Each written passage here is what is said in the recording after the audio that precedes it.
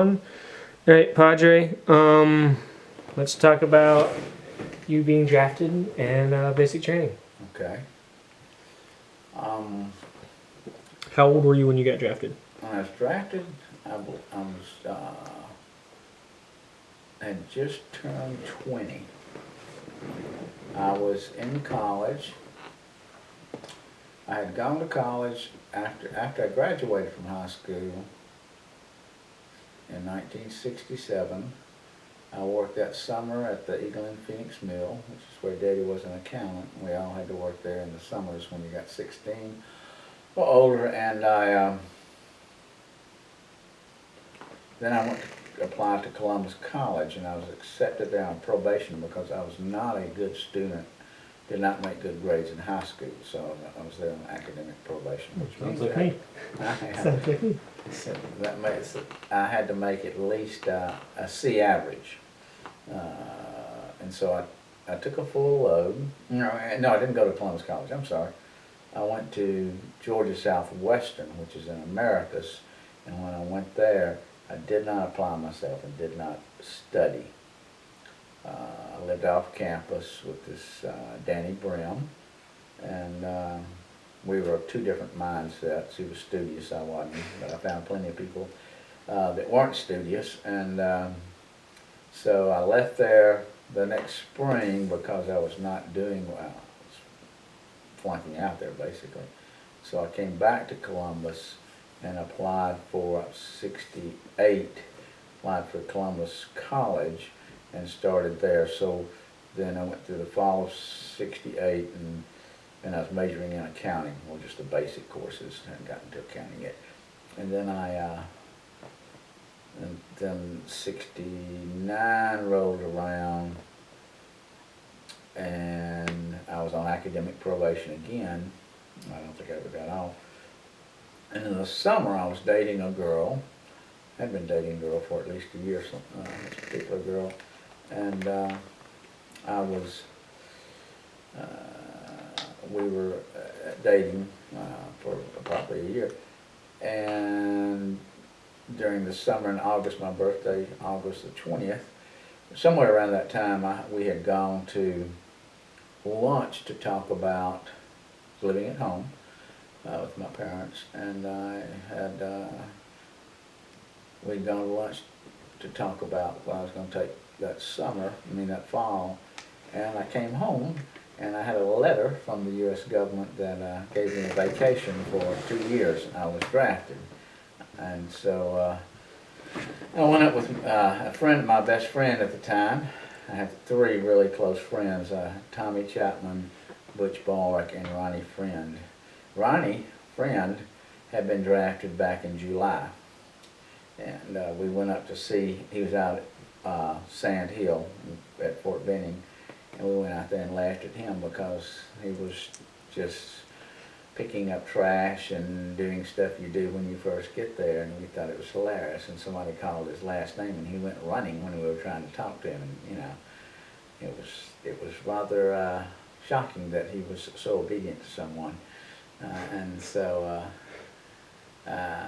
we thought nothing of it, that we would be drafted. And Butch was a good student, but he had gotten out of high school to get married, so he was working and not going to school consistently. College, he made great grades when he went, but he had to work because he had a family. So he got drafted the same day because he wasn't in school, full-time student. That's the only way you could not get drafted at that point in time. They had the draft. That's the same day as you? Yeah, because his birthday is August the 24th and mine is the 20th. And so we were both drafted. And a little anecdote to that, I think after 3 weeks in basic, they ended the draft and they started what was called the lottery. They put everybody's birthday, the particular 365 days a year was assigned a number, and then they randomly selected numbers. And the lower your number, like if you got 1, you were toast, you were drafted. you got 365, you weren't drafted.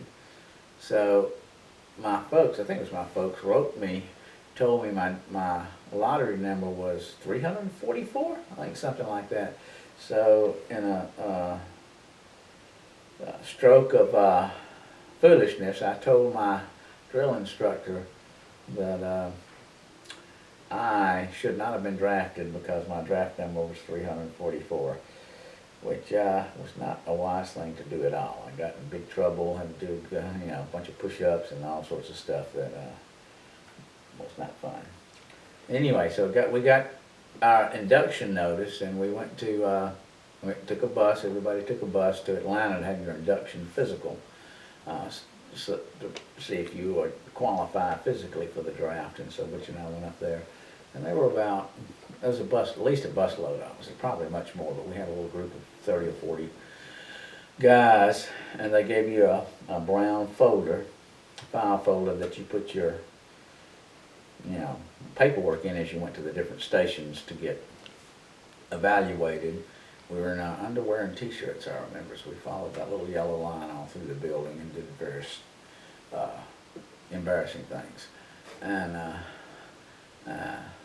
no privacy whatsoever. So we got back, as we finished that, we went into a little room that was full of the metal chairs, folding chairs, and then there was a door, and you took your file folder with you, and you had your door. There was a Dutch door. That's a door that opens halfway, and you put your file folders, your medical folders, and all the information. You just file them up, and I was the last guy in there, so I put my folder on top, and Butch was right behind me, or right in front of me, whatever. His was right under mine. And so we sat down, and we're all in little metal chairs, about 35 of us. And this short lady comes out.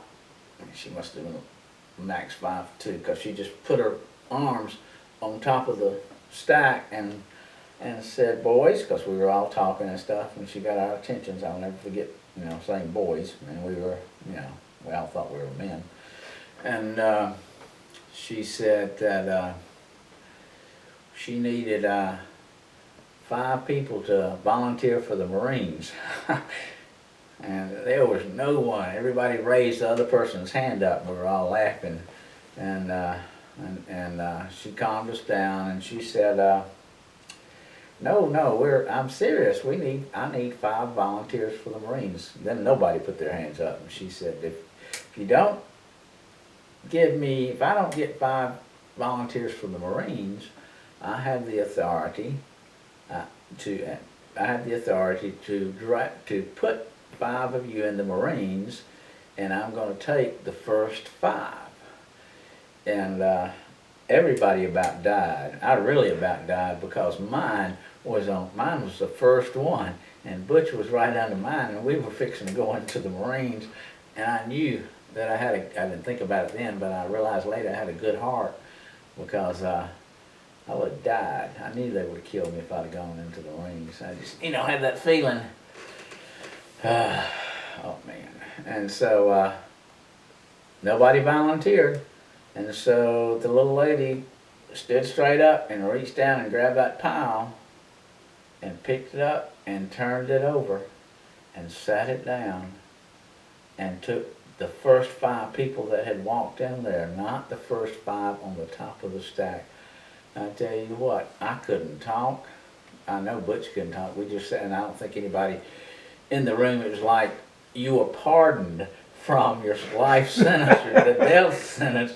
But those other 5, I don't even remember looking around them, because everybody was in shock because they didn't get drafted in the Marines, and the poor 5 folks that got drafted into the Marines, they were in shock because they were fixing to go to hell. It was a surreal, awesome, terrifying moment. I don't even remember seeing those. I'm sure they had to get up, because we went from there to some more paperwork, but we went on up to Fort Jackson from there, so they went to Paris Island from there. I just can't imagine that. And this was back when you could beat the stew out of people if you were a drill sergeant, so I knew we were dead meat.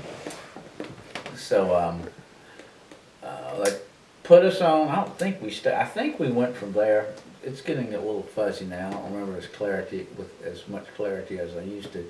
Anyway, I don't know if it was that day or we stayed up there, but they put us on a Greyhound bus, loaded us up, and took us up to Fort Jackson, South Carolina. Yeah. Let's stop right there, because Okay, cool.